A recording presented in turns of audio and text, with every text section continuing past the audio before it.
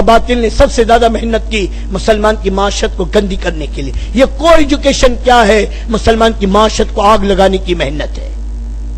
یہ یونیفارم آدھی چڈیاں کیا ہے، یہ مسلمان کی معاشرت کو بے حیا بنانے کی ہے۔ ہاں، یہ بابا سوٹ بیبی سوٹ کون لا کر پہنا رہا ہے بچوں کو؟ ماں باپ لا کر پہنا رہے، بچے نہیں کہتے ہمیں لا کر پہناؤ۔ آج ہمیں اپنے بچوں کے بدن پر سنت والا لباس اچھا نہیں لگتا۔ بچپن سے ہم نے بچوں کو غیروں کی گندگی دی، پھر چاہتے رحمت والی زندگی آ جائے۔ ان جوانوں کا کوئی قصور نہیں ہے، ان بچیوں کا کوئی قصور نہیں ہے، انہیں برباد کرنے والے ان کے ماں باپ ہیں۔ ارے میں نہیں کہتا، میرا نبی کہہ رہا ہے، پکی بات کہہ رہا ہوں میں، پکی۔ خلق دو عالم درود ان پر، سلام ان پر میرے مولا، یہ موقع دے کہ ختم الانبیاء دے۔ معاشرت کو صحیح کرو۔ حضور صلی اللہ علیہ وسلم نے میرے دوستو علماء لکھتے ہیں دین معاشرت کی بنیاد پر قائم ہوگا اور معاملات کی خرابی سے نکل جائے گا۔ دین قائم کس پر ہوگا؟ کہ معاشرت کی بنیاد پر۔ اور میرے نبی نے معاشرت کی دو بنیاد بتائی، حیا اور سادگی۔ اور آج باطل کی معاشرت کی دو بنیاد ہے، بے حیائی اور اسراف، تعیش۔ اپنی معاشرت کو بچاؤ اس سے۔ ہم سیدھے سادے لوگ ہیں، کروڑ پتی، ارب پتی، کھرب پتی ہو، یہ گاجر یہ گارے مٹی چونے پہ لگانے کے لیے نہیں ہے۔ اپنی زندگی کو صحیح رخ پہ لاؤ، اپنی کمائی، میرے دوست سمجھو، اپنے خرچ کی لائن کو صحیح کرو۔ حضور پاک صلی اللہ علیہ وسلم جو مبارک زندگی لے کر آئے ہیں، وہ مبارک زندگی ہماری معاشرت میں زندہ ہونی چاہیے۔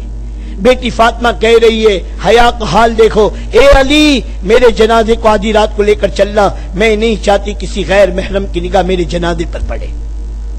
ہاں، عورت مرنے کے بعد قابل احترام، قبر میں جانے سے پہلے اس کے جنازے پہ پردہ کیا گیا۔ یہ کسی کی ماں، کسی کی بہن، کسی کی بیٹی، کسی کی بیوی مرنے کے بعد بھی اتنی قابل احترام ہے کہ اس کی کفن میں لپیٹی لاش کو بھی کوئی غیر محرم نہیں دیکھ سکتا۔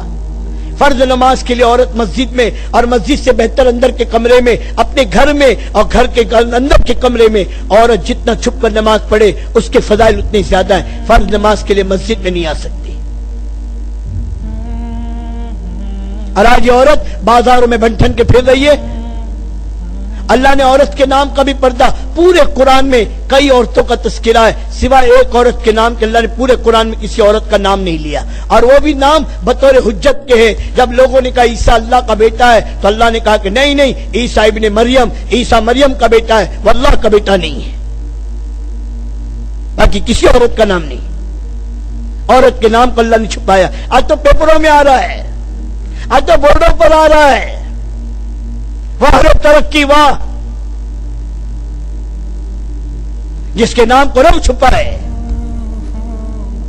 آج اس کے نام اور اس کے نام، ہمیں جو اس کی زندگی چہرے کہاں چلی گئی حیا ہماری؟ ہم تو اس معاشرے کے لوگ تھے، جوان بیٹی اپنے باپ کے سامنے سر پہ دوپٹے کے بغیر نہیں آتی تھی۔ جس قوم کی معاشرت بگڑ جاتی ہے وہ قوم دنیا سے مٹ جاتی ہے۔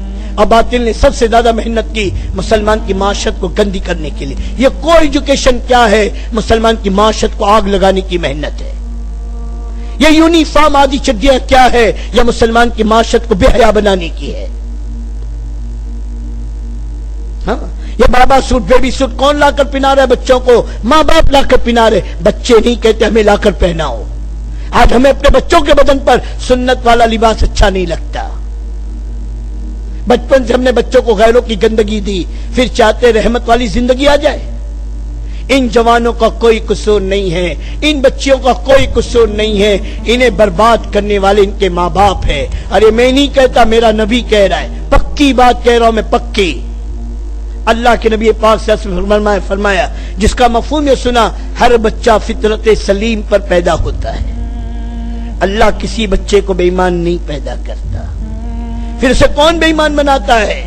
ہم کہتے باہر کا ماحول، اور میرا نبی کہتا اس کے ماں باپ۔ کون بناتا ہے؟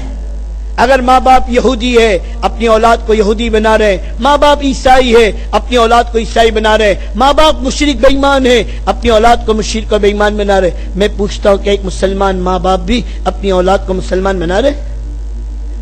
اپنی اولاد کو دین دے رہے؟ ہاں، آج اس کی ایجوکیشن کی فکر ہے، اس کے قرآن کی فکر ہے؟ ہماری ہر مسجد میں مکتب کا نظام ہے کہ میرا کوئی بچہ، کوئی بچی ہمارے محلے کا قرآن سے محروم نہ ہو۔